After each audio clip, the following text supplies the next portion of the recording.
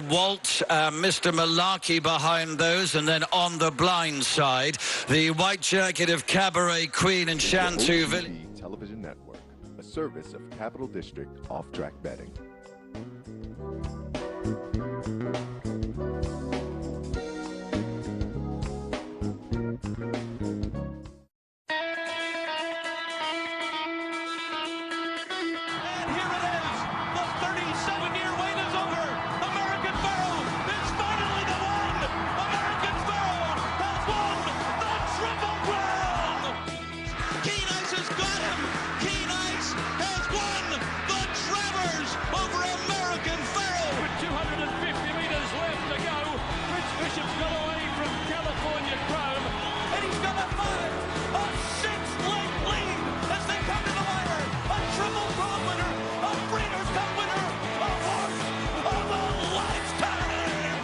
Broadcasting live from the Capital OTB studios, this is Racing Across America with Seth Merrow.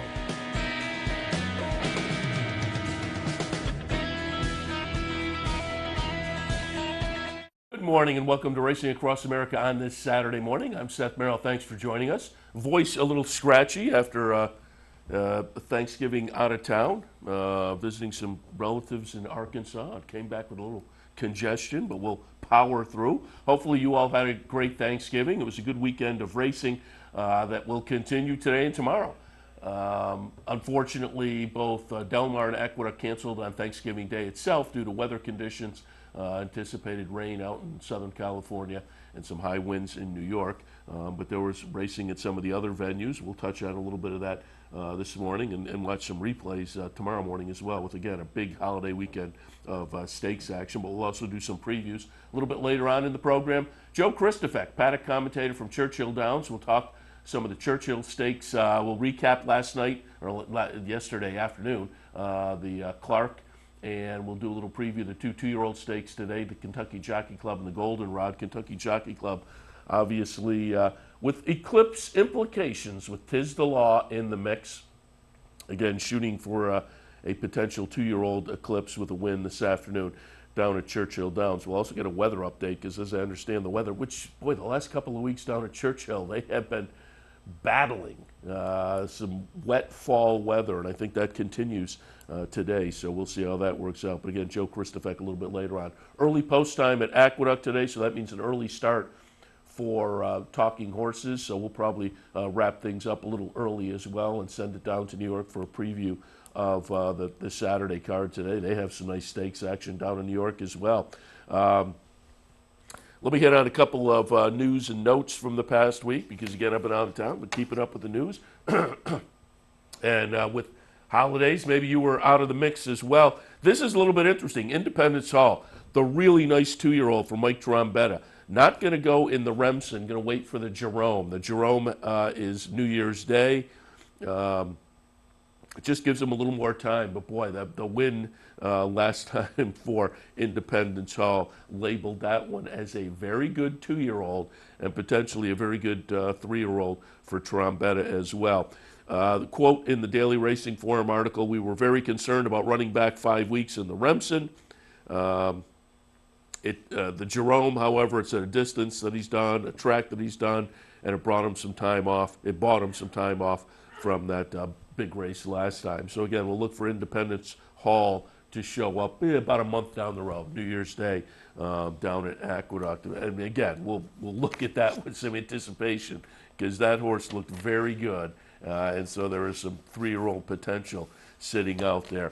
Nice article in the Racing Forum by Marty McGee, just a short article, but it mentioned Steve Asmussen will be participating in the Turfway Holiday Meet, and kind of labeled that, and it's going to be interesting to see what the Turfway Meet is like this winter, because Churchill Downs has taken ownership. They promised some renovations, and there's going to be some purse boosts, and just based on what we saw at Churchill this fall, it'll be interesting to see what happens at Turfway this winter. They've talked about boosting up the maiden specials to $46,000, first level allowance to $48,000. According to this article, that essentially doubles their former value. And some of the races down at Churchill this fall, the horses have just been phenomenal. So we'll see what happens. They've also, part of the renovation, they're going to renovate the track surface, and they haven't announced what they're going to do yet. It's going to be interesting because that is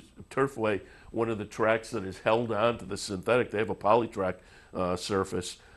They've had it, according to this article, since September 2005. And with everything that's been happening in the racing world this year, particularly out in Southern California, there's been kind of a, I won't say a clamor, but there has certainly been some talk about revisiting the synthetic track issue. So it'll be interesting to see what they do down at Turfway, because I think the synthetic for them has been successful. Wintertime racing, weather can affect things, but with the synthetic surfaces, not so much so. So, as I say, I think it's been successful for them. We'll see what happens. Got Stormy.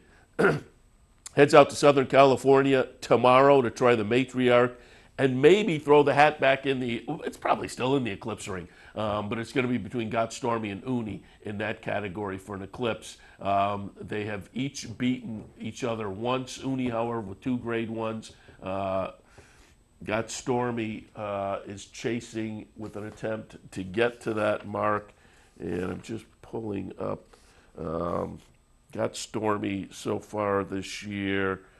Grade 1 win in the 4-star Dave over the boys. That's Got Stormy's lone grade 1 win. But of course, there was that fabulous week up at Saratoga where she won the Della Rose and then came back 7 days later and won the 4-star Dave against the boys. Since then, a close-up second in the Woodbine Mile and a nice second in the Breeders' Cup Mile. That was behind Uni. So I suppose right now, Uni in the clubhouse, as it were, for that division. But Mark Cassie says, yeah, we'll ship out to Southern California, try to put another grade 1 on the resume in the matriarch. That's tomorrow out at Del Mar. That's going to be the 7th race tomorrow at Del Mar. Grade 1 event, mile over the turf, out in Southern California. And again, I'll hit on some of those others today and tomorrow. Some nice stakes action. Again, with the weather out there in Southern California, they pushed some of those stakes, the Thursday and Friday stakes. Thursday was canceled at Del Mar, and Friday they went all dirt. So they pushed some of the turf stakes to Saturday and Sunday. So a nice weekend out there for turf stakes. Also,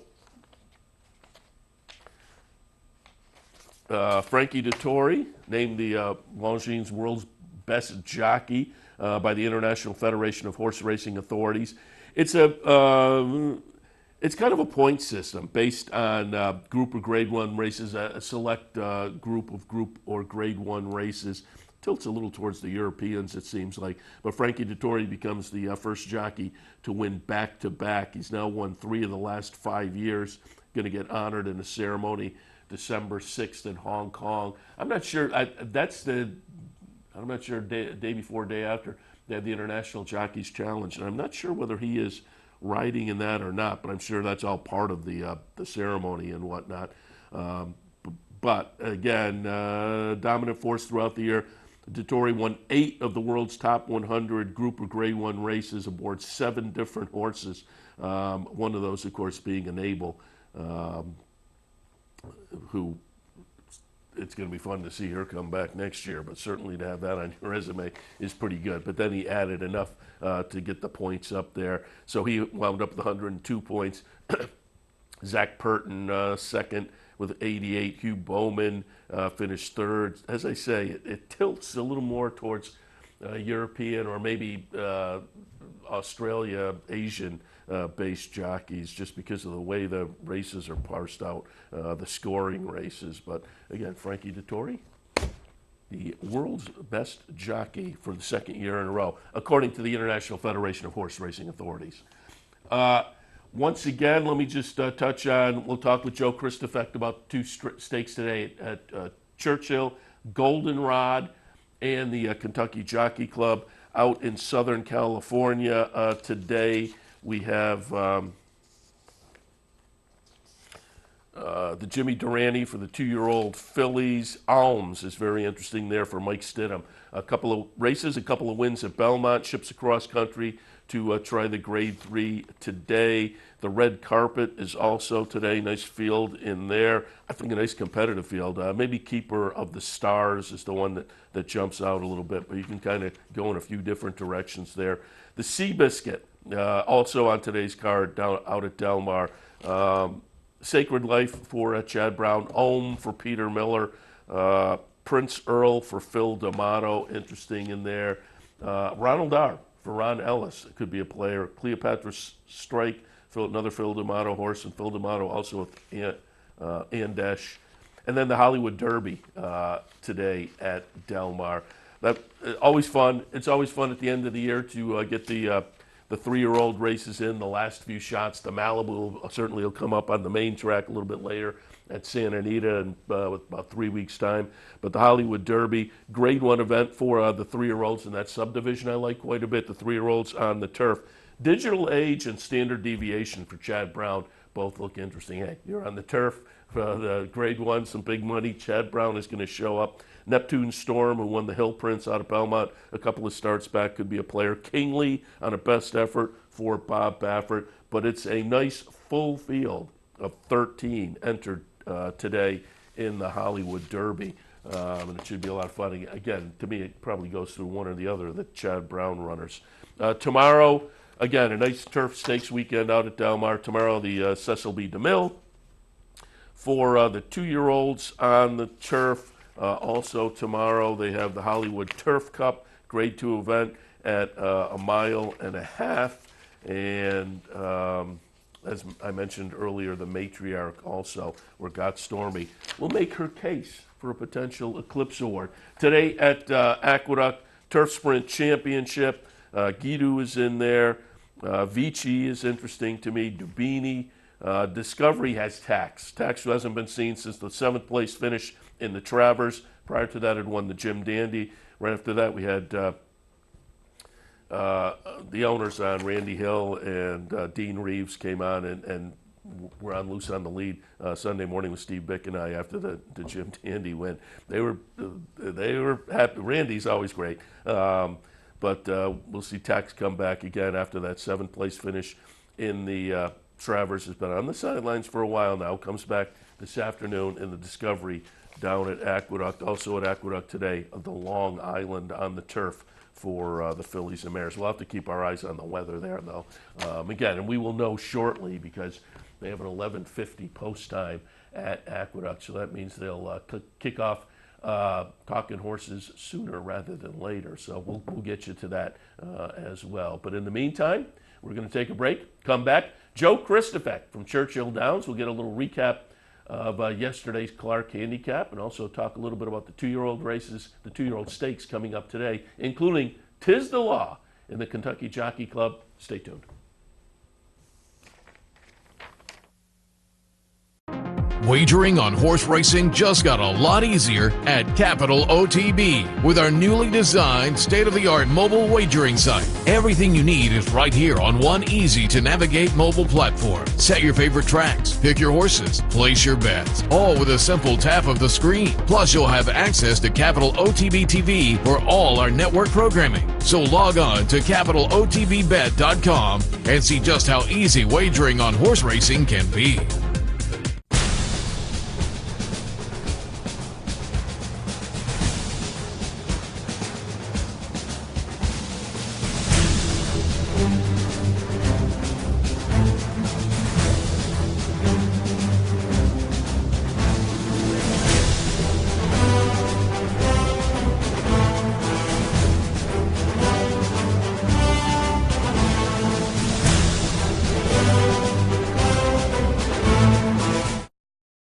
Welcome to Albany County, an incredible destination to live, work, and play, with easy connections to more than a dozen cities from our vibrant modern airport. It's a short trip downtown to a hive of culture and amusement, from world-class shows at the newly renovated Times Union Center to reliving the past at the New York State Museum. From outdoor recreation to shopping to nightlife, Albany County has something for everyone. We'll see you soon. Here's some exciting news from Capital OTB. Capital Off-Track Betting and the Rivers Casino have partnered to bring you the finest experience in wagering on all your favorite thoroughbred and harness tracks from right inside the casino. Our newest location is open daily and can be found at Van Flick's Barn, offering live tellers, self-serve betting terminals, racing information kiosks, and all the amenities you come to expect from Capital OTB. See you at the Rivers Casino in Schenectady. Welcome back to Racing Across America on this Saturday morning. Happy to be joined now by our friend Joe KRISTUFEK, the paddock commentator from Churchill Downs. Joe, good morning. Good morning. How you doing, Seth? Very good. And we're going to take a look at yesterday's Clark and then take a look at the two-year-old stakes. But before we do that, just update us on the weather down there at Churchill. I needed to build an ark to get from my apartment to the track today. It's been like that for 2 weeks, right? You guys have had the cold, wet weather for at least a couple of weeks. Man, it's November. I mean, one day you'll get mid-50s and sunny, and it's one day, probably the whole month. It's been in the 40s most of the time. I mean, we've had some good racing here, a lot of two-year-olds this time of year, full field, 10, 11, 12 races a day, 5 days a week. That's the bright side. The weather can be a little bit iffy, a lot of days off the turf, but it's November, so you kind of come to expect that. Yeah, and it has been great racing, regardless of the weather. Nice full fields. I was mentioning earlier, the purses this fall have been phenomenal, and that's certainly attracting nice full fields. And yesterday, the Grade 1 Clark, speaking of nice purses, $600,000 up for grabs. I thought Tom's D'Etat was probably the horse to beat. I wasn't sure what to do with Owendale, but they'll run 1-2. We'll watch the stretch run here. Tom's D'Etat, the number 2 horse, wins by a chart margin of 3 1/4 as the 4-5 favorite. Owendale, the 8. Nice second for Brad Cox. Mr. Freeze for Dale. Dale Romans runs third in here. What were your impressions and thoughts of the Clark yesterday? Yeah, very logical top 3. Tom's D'Etat, you might have tried to beat him as the 4-5 favorite, which I did, but that didn't work out so well. You don't see horses win Grade 1 races under wraps very often. And, the Breeders' Cup Classic wasn't a strong field for the Breeders' Cup Classic, so maybe not the strongest Clark field in history. But Tom's D'Etat, he wanted Keeneland, the Fayette. The connection said we're pointing to the Clark, makes a lot of sense. And it worked out well for them. Joel Rosario's now 4 for 4 when he's on this horse. Tom's D'Etat, 9 for 16 lifetime, $1.2 million in the bank. Got his first career Grade 1. He's going to turn 7 years old on January 1st. And talking to Al Stahl after the race, they're leaving all options open. Gulfstream, Dubai, Saudi Arabia. And he said if the right stud deal came along, they would consider that as well because the horse is going to be 7. But with 16 starts, it doesn't have a lot of miles on him. Yeah, you're absolutely right. 16 starts, 9 wins. You got to love that. And put a ton of money in the bank. And, I read that was the first Grade 1. So congratulations to Al Stahl and the team. That was a nice victory yesterday in the Clark. All right, let's go on to what may be some of the stars of the future.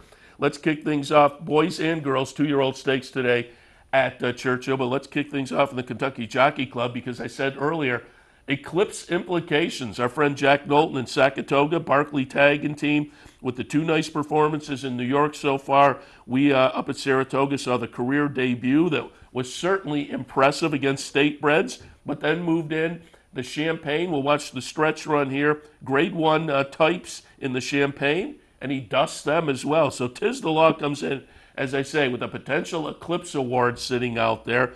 But South Bend's interesting to me for Stanley Huff and Sagamore, 3 for 3 so far. Shotsky, I thought, if you wanted to play around and maybe have a little bit of a price, that one was intriguing as well. What are your thoughts on the Jockey Club? Well, you guys are very familiar with Tiz the Law, and obviously after he won the Champagne, the connection said, we're skipping the Breeders' Cup, we're going to Churchill, and obviously they want to see how he handles this racetrack. One of the things I like most about him is that he has overcome adversity in his 2 wins. We're going to stretch him out today, for the first time around 2 turns, but the pedigree certainly says yes to that. Constitution has been an unbelievable first-crop sire. To me, honestly, Seth, we're going to have a sloppy track. He hasn't proven he can handle that yet, but if he does, to me, this is a free space. Tiz the Law is supposed to win this race. South Bend is a nice horse. It was like a 5-horse photo finish that he got the best of in the street sense. He's a relentless closer. He's got a big heart. He's going to try 2 turns for the first time as well. But Tizelaw is supposed to win this race. Enforcible's been training well. He's got grade 1 placing on his resume. Fighting CB was wide throughout in the street sense. He could run a big race. Silver Prospector should be prominent throughout. But Tizelaw is supposed to win. I think if you're playing multi-race wagers, you can maybe consider him as a single. I mean, that's the way I'm going. Yeah, I agree. The one thing that South Bend and Fighting CB, Silver Prospector have going for them is coming out of that street sense, which was run over the Churchill down strip. But you mentioned it. A lot of times when there is a group at the wire, you want to see one more to prove how good that race was. What were your thoughts after that street sense? I thought it was a good, competitive, solid race, but we've seen better horses, I think, win the street sense, and it's nothing to take away from the winner. I mean, he's game, he's 3 for 3, but like you said, he's got to take that next step, and I think in this game, you're 4 horses, you're 4 races, or you're against horses and against races, and I would say I'm against that race, and when you got probably the best 2-year-old in training coming here, being pointed for this race, which is a big thing. This isn't an afterthought for this camp. They've been pointed here, so they're supposed to run well, and the sloppy track throws a little bit of a wrench into the equation, but all things considered, I think you should get the job done. It does have to be fun for you guys, too. As I said, we're sitting here literally the end of November, and we're looking at a race that has, I think, pretty solid eclipse implications. Yeah, no, that is fun, and that was great news when we heard that he was going to be coming here, but at the time, you're thinking that Dennis's Moment or Baffert's horse or, maybe even at the time the Brendan Walsh's nice colt who had to be, withdrawn from Breeders' Cup Juvenile consideration, Maxfield. One of them wins. They're the Eclipse Award winner, but now you get a random result in the Juvenile, and you get Tizelaw coming here, and it completely changed the complexion of that award. Yeah, it's certainly going to be a fun race this afternoon. Race 11 at Churchill Downs, the Kentucky Jockey Club. On the girls' side of things, the Goldenrod Grade 2 event for the 2-year-old fillies, $300,000 up for grabs.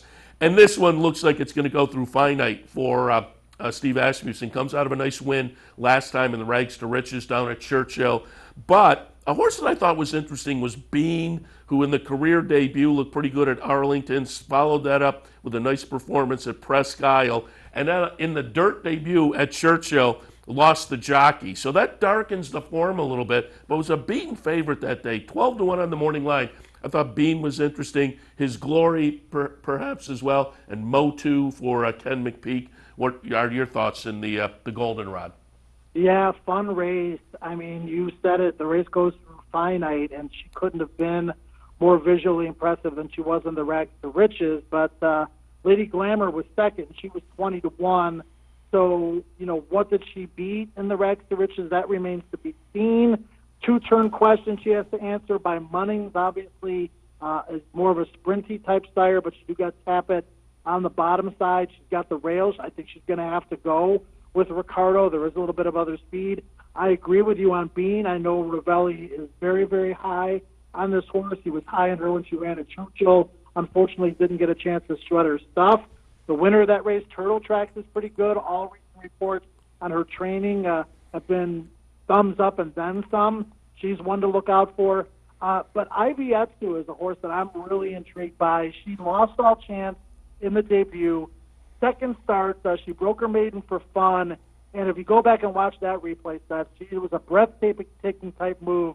I know she didn't get a big speed figure, but she's bred for distance by Tappet out of a King Mambo mare, well handled by Rusty Arnold. And Tyler Gaffleone is Mr. November here at Churchill. He won the title, wrestling it away from Corey Lannery last November. He's just a few behind Corey this year. Won both stake races on Thursday here. So he's riding in great form, and 12-1 on the morning line on IVS2, and I think you'll get every bit of that, honestly. Very good. I looked at that horse too, but as you say, the number was a little light. But I was in here that afternoon doing the handicapping show, and that maiden breaker I thought was very impressive, trying 2 turns for the first time. So maybe there's another one with a little bit of a price.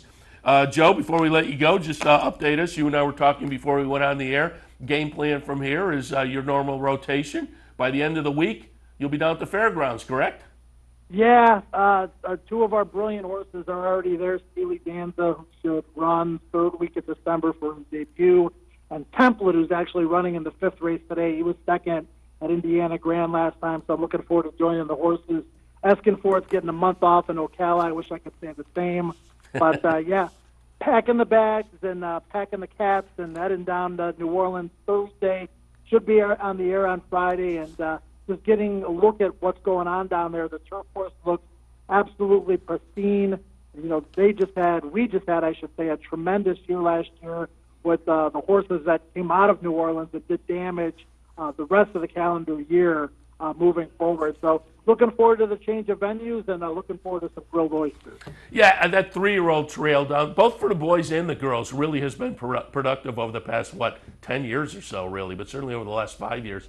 As I say, both the 3-year-old girls going to the Kentucky Oaks and the 3-year-old boys going to the Kentucky Derby. A nice, solid trail. Have you ever been down for Thanksgiving Day at Fairgrounds? That's one of the racetrack visits I want to make. Yeah, I mean, we have a great Thanksgiving Day at Churchill. It's absolutely packed. It's a big tradition in Louisville, but it's just a whole other story in New Orleans. And they're back to their traditional Thanksgiving Day opening after opening earlier last year. I'm so glad they moved it back to Thanksgiving. It's a tradition. You see the pictures, and the place is absolutely packed. And, yeah, I've never had an opportunity to get down there for Thanksgiving, maybe one of these days, but yeah, it's a great way to start the meet down there. And I am just looking, your pick six pot is up to $54,000, and tomorrow's a mandatory pay, correct? Yeah, I mean, it was hit for $250,000, what was it, on Thursday, and then people bet it back pretty strong on Friday, and we had a full carryover, so it's back to a very worthwhile number of $54,000 today, mandatory payoff tomorrow. And the single six 20-cent minimum, 15% takeout, just the way the wager is structured. Even if you're sharing it, like yesterday I paid $22,000 and it really wasn't that hard to have. So I just think it's a great bet. It's like endorsing a product. You better believe in it, and I certainly believe in this bet. Yeah, as we wrap up the meet, keep in mind that mandatory pay as the meet wraps up down at Churchill. Joe, I'm fighting a little throat thing here, but I appreciate you coming on and putting up with me for a few minutes. And the next time we talk to you, you'll be down in New Orleans. Yeah, man, feel better. A few winners always will help cure any ills that may fate you at the time. So, yeah, always great talking to you, Seth. Hope all is well, and we'll be in touch soon. Yeah, good luck to you and everybody down at Churchill on the last couple of days of the meet. Joe KRISTUFEK from Churchill Downs. Again, 2 nice 2-year-old stakes this afternoon. Goldenrod and the Kentucky Jockey Club. We'll take a break. When we come back, more on this Saturday edition of Racing Across America. Stay tuned. Wagering on horse racing just got a lot easier at Capital OTB with our newly designed state-of-the-art mobile wagering site. Everything you need is right here on one easy-to-navigate mobile platform. Set your favorite tracks, pick your horses, place your bets, all with a simple tap of the screen. Plus, you'll have access to Capital OTB TV for all our network programming. So log on to CapitalOTBBet.com and see just how easy wagering on horse racing can be. No matter where in the world you are, the excitement of wagering on horse racing is just a click away. You'll get live streaming, past performances, race replays, our virtual tote board, analysis and selections from professional handicappers, a simple, safe, and secure wagering platform, and best of all, you get track prices. CapitalOTBBet.com. Bet any place, anytime at CapitalOTBBet.com. And be sure to download our new mobile app from the iTunes Store or Google Play. Birdstone is an outside front. They're coming down to the finish. Can Smarty Jones hold on? Here comes Birdstone. Birdstone surges past. Birdstone wins the Belmont Stakes. In front, but here comes High Chaparral. High Chaparral, the defending champ, to take it to Falba. These two arch rivals head to head with Joe Hart bearing down on them. It's going to be a 3-horse photo finish in the turn. Here's the wire. Photo finish. Welcome back to Racing Across America on this Saturday morning. Again, excuse me for the croaking a little bit, but after a weekend out of town, man, I think it was the airplane. Everybody blames it on the airplane. I actually had it before the airplane, but I think it was actually on the airplane. It was a great ride in, kind of, because on the flight from Chicago, there was a little TV on my the seat in front of me. I got to watch the Syracuse basketball game for the entire flight. Started when I took off, ended when I landed, but they lost. So that was the downside of that happy happenstance. But let me hit on some of the stakes winners over the last few days. And again, we'll hit more on this tomorrow on Racing Across America when we do our stakes review. But Frenzy Fire won on the 27th this past week at Penn National. They had a couple of nice stakes on their evening card a few days ago. And Frenzy Fire, Jason Service, a horse that clearly had been a player last year on the 3-year-old scene.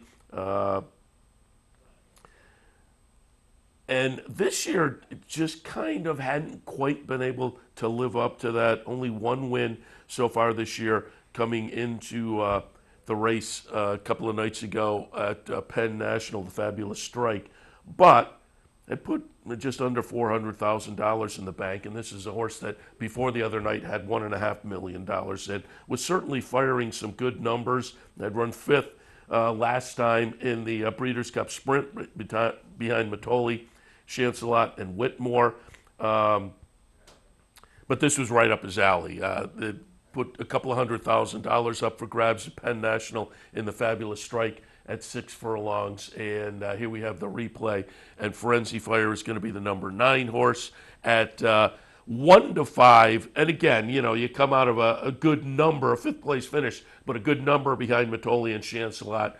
You're going to kind of step over a field like this. There were a couple. Lewisfield was a little bit of a player, perhaps. Horse that ran second, Midnight Charlie, was actually the second choice, the co-second choice. Number 1, Midnight Charlie, was coming out of a win at Penn National. Maybe that tells you a lot, that the Penn National horse was the second choice. But pretty easy win here and a couple of $100,000 purse to take the majority of Penn National the other night for a Frenzy Fire. So now we're looking at 8 wins and 22 career starts. But as I say, a little light this year with only 2 wins in 8 starts so far. But a good chunk of change in this put the horse well over, approaching $500,000 in earnings this year. So the other night down at Penn National, it was Frenzy Fire getting it done. Thanksgiving Day at Churchill Downs, there was a couple of nice stakes. The Fall City for the ladies going 1 1/8 on the main track. I like Sally's Curlin over My Lady Curlin. Came My Lady Curlin on top. I had those two 1-2. Sally's Curlin disappointed a little bit as the second choice. Sally's Curlin winds up running 7th. My Lady Curlin, though, won it pretty easily. Did wind up to be the favorite, so the betting public was right there. Brad Cox trainee coming out of a couple of nice placings in Churchill Downs Stakes races most recently, but got it done. Again, Thanksgiving Day, My Lady Curlin is the number 3 horse. Go Google Yourself was a horse that also had some potential in here. I had that one down in the 3rd spot. Go Google Yourself will run 2nd to 9. And Moonlit Garden, another Brad Cox runner. And because it was the other quote-unquote Brad Cox, I debated about putting that one in. I eventually left Moonlit Garden out. But she's a horse with plenty of talent and just gets up here to run 3rd over Ratajkowski at 8 to 1 was Moonlit Garden. So My Lady Curlin gets it done in the Fall City. And in the Cardinal, it was an upset. I did not like the winner in here. Did not use Kaleo at all in my mix, but Kaleo winds up getting it done in the Cardinal. The Cardinal,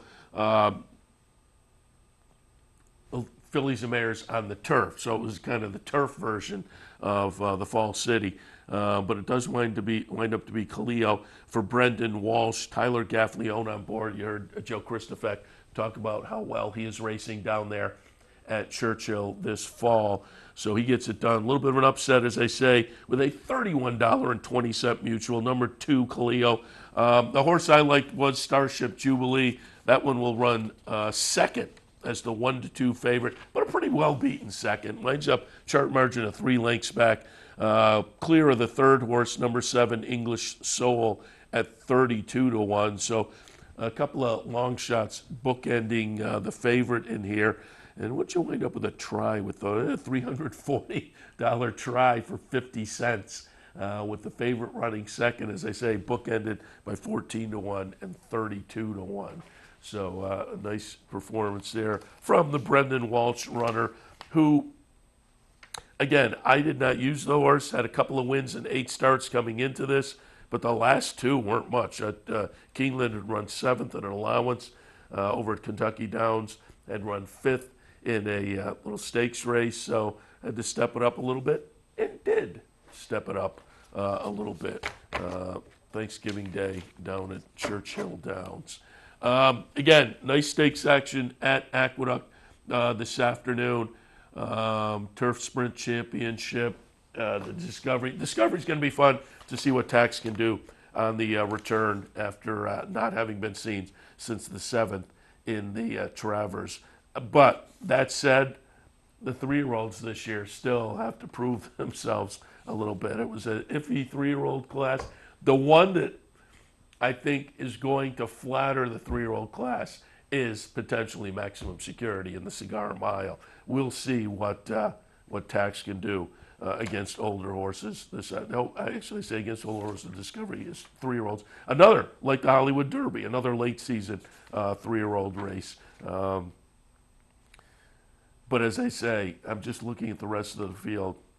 This was a 3-year-old crop that really, other than Maximum Security, hasn't really jumped up and defined itself yet. We'll see if he does it in the Cigar Mile, which is turning out to be a fairly nice race. Whitmore, who I mentioned earlier, 3rd in the Breeders' Cup Sprint. They say he was kind of tearing down the barn. So they are potentially aiming for the Cigar Mile, which could be a nice race next weekend down at Aqueduct.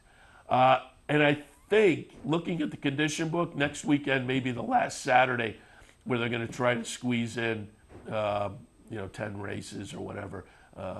So the last weekend maybe for an early start. They may move to a more consistent post time on Saturdays, which will mean we'll do the full hour. But I'll wrap it up now for 2 reasons. You don't want to hear me croak anymore. And also, they should be coming up with Talking Horses in just a few minutes, because this morning they're going to kick off at 11:50. It's 11:50 post time down at Aqueduct today for a 10-race card with, again, some nice stakes action.